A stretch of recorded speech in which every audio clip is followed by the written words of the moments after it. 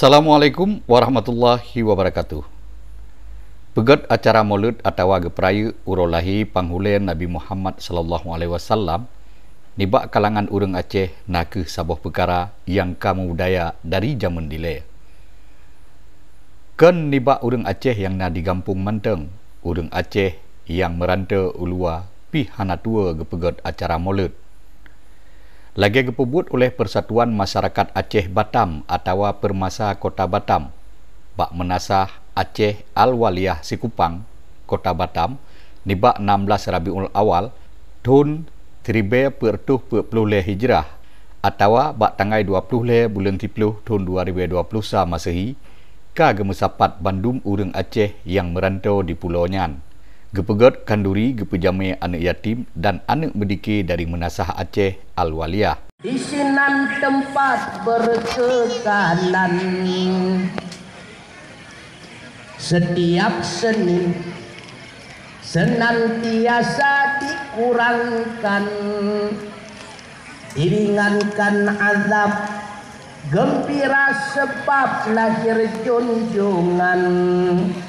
Pakon ragu terhadap hamba yang sepanjang zaman selalu gembira, lahir baginda mati dalam iman.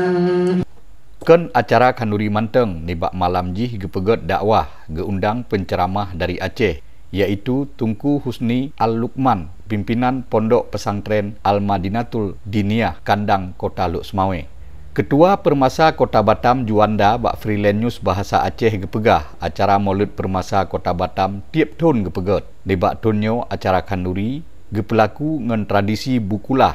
Banleblah boh rayon Permasa Kota Batam gepu wajib 200 boh bukulah. Juanda bak watenyan gelake terima genasih ke bandum masyarakat Aceh yang na di Kota Batam yang kagetim peraya urolahi panghule getanyo Nabi Muhammad sallallahu alaihi wasallam.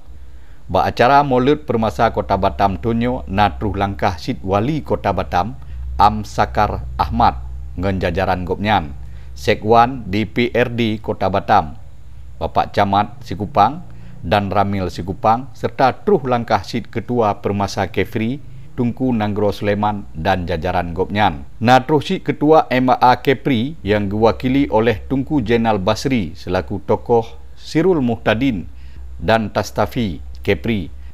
Habanyo gepesampo oleh Dian Amri, Freelance News Kota Batam.